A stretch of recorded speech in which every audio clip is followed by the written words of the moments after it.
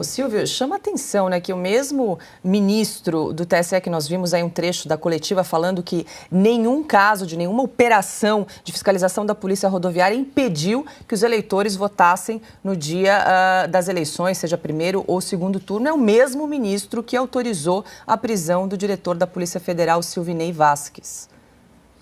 Mais do que um ministro do TSE, é o ministro que presidiu as eleições, né? Paula, vamos lá, em 3 pontos aqui. Primeiro ponto, com base nessa afirmação que resgatamos aqui em vídeo, é possível concluir o seguinte: não houve prejuízo às eleições. Isso deve ser o ponto de partida dessa história. Não houve prejuízo para as eleições. Se ali havia eleitores do presidente Lula, então candidato Lula, eles não foram prejudicados. Isso quem disse foi o presidente do TSE, o ministro Alexandre de Moraes. Está gravado. E ele falou isso em coletiva no mesmo dia, naquele segundo turno.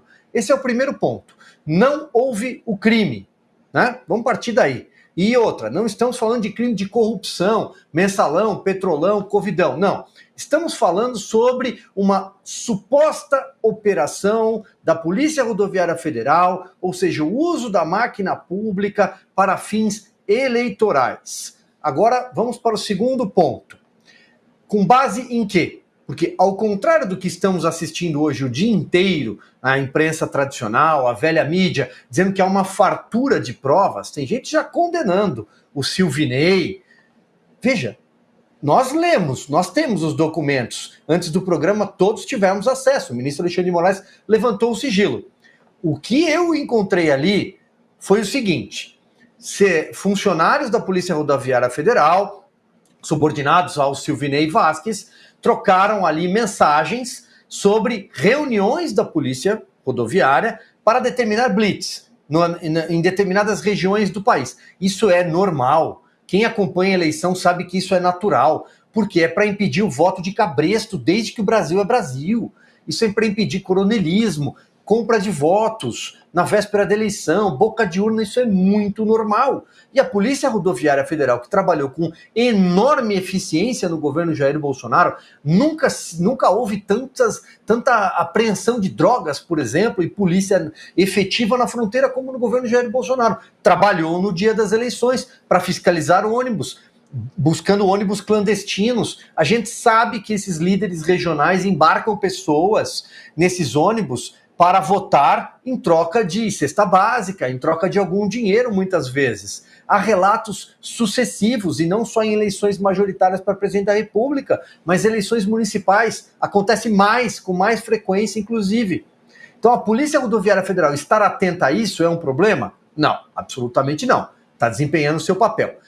Houve mapas, né, mapeamento de municípios onde o Lula teve uma votação mais expressiva, isso teria sido feito por funcionários da Polícia Rodoviária Federal. Perderam tempo, porque basta acessar qualquer site noticioso no dia da eleição que você tem esses mapas. Nós fazemos na Revista Oeste, né, nas organizações A, B e C da velha imprensa também fazem, os jornais trazem isso estampado, os mapas de calor, qual município fulano foi mais votado, em que região o outro teve mais votos, cruzamentos. Isso é trabalho jornalístico, nem precisavam ter feito esse trabalho.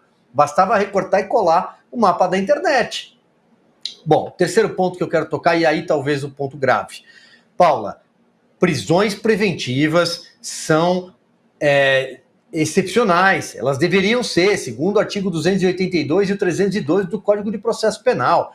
É quando se esgotam outros mecanismos dentro do processo penal, né? Então vou recorrer aqui, Paula, a um trecho da lei, porque é o que nós devemos fazer como jornalistas, citar a lei e não condenar alguém como está acontecendo por aí, tá? Olha só, sobre abuso de prisão preventiva, aliás, algo que era criticado durante a Lava Jato, né? Prisões elásticas demais, acho que a Cris trouxe essa observação, que é sim um atropelo a garantias constitucionais. Tá? Então, o parágrafo 6º do artigo 282 do Código de Processo Penal prevê, né, prisão preventiva só é cabível quando não for possível sua substituição por medidas cautelares. E, neste caso, o Ministério Público foi contra a prisão preventiva do Silvinei. Mas o ministro Alexandre de Moraes autorizou a revelia do Ministério Público passando por cima, inclusive, da manifestação do Ministério Público. Quando elas devem acontecer? Quando há risco de destruição de provas. E que provas seriam destruídas a essa altura do campeonato, como bem lembrou o Augusto? Nós estamos em agosto, as eleições aconteceram em outubro, quando há risco de fuga. O Silvinei não vai fugir, nunca deu nenhum indício disso, compareceu à CPMI recentemente. E mesmo aqueles que fogem do país, eles são encontrados. Então, ameaça a testemunha. Que testemunha ele iria ameaçar? Ou seja, nesse caso, é mais uma vez o uso da polícia de governo, da polícia política, porque tudo isso partiu da Polícia Federal, que tem dono. O ministro da Justiça já disse, ele comanda a Polícia Federal, é dele, ele coordena a KGB do governo Lula. E encerro, Paula, com o seguinte: o Silvinei é mais uma vítima, mais um preso político, assim como Anderson Torres e assim como Mauro Cid. Por quê? Não tenho procuração alguma para defendê-los. Se ficar provado que eles cometeram crimes, que sejam punidos. Mas até agora o que temos são ilações, conjecturas e recortes de jornais que vão parar em processos, que vão parar em pedidos de busca e apreensão.